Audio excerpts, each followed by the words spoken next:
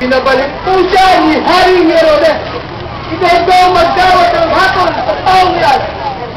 Ang pagbabalik ni Haring Herodes, ay patunay lamang na siya man ay walang makitang sala sa taong ito. Upang ito'y matapos, bukas na lahat mapagbigyan ng inyong piling. Siya ay aking ipakakapa sa taong pangawalan.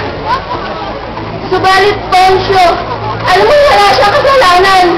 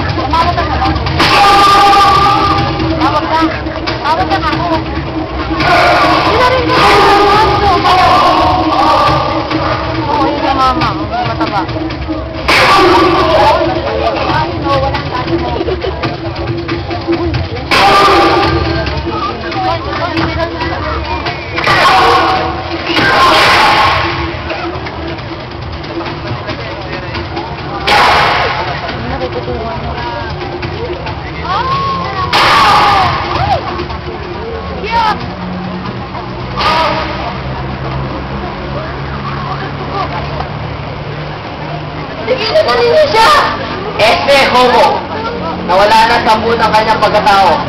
Labis na ang kanyang hirap at salang iyong binibintang. Dapat siyang mamatay. Ang tungkulin mo sa Cesar ay ipatupad ang kanyang batas. Kapag si Jesus na kaaway ng Cesar ay iyong pinakawalan, nangangahulugan na kaaway kami ng Cesar. Ginoong saserdote, si ako ay hindi siya kaaway ng pinsan kong si Tiberio. Mangusap na Jesus, lubha mo ang pinahihirapan. Alalahanin mo, mayroon ang kapangyarihan upang palayain ka o mapako sa krus. Wala kang kapangyarihan kung hindi ito ay pinagkaloob ng Amang Diyos. Ang kapangyarihan ko ay mula kay Cesar. Kaya malapat na sa iyong atulan. Poncio, alalahanin mo ang iyong pangako. Bawal, ilabas dito si Barabas. Ano niya?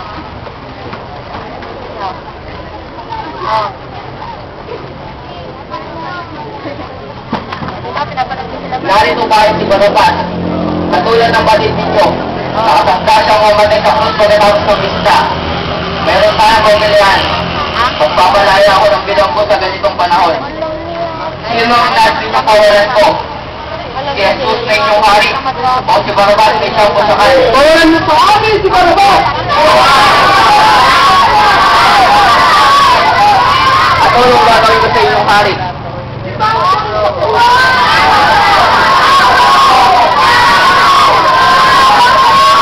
Takot sa krus ang inyong hari? Kasama ang mga aming hari. Kung gayon bayan, kayo ang umatol sa kanya. Tubig!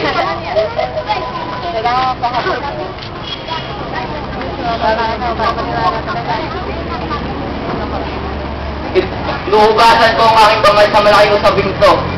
At kayo bayan, tagpon niyo na ang dugo ng taong ito ay papatak ng pagiganti.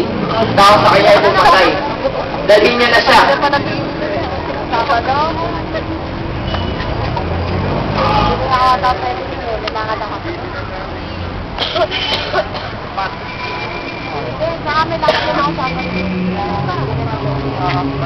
Ang Panginoong Jesucristo po ay nandigan sa katotohanan. Tayo po ba ay ganun din? O kagaya ni Gobernador Pilato na pinanghinaan ng loob dahil sa widyok ng karamihan? Alam mo lang yun.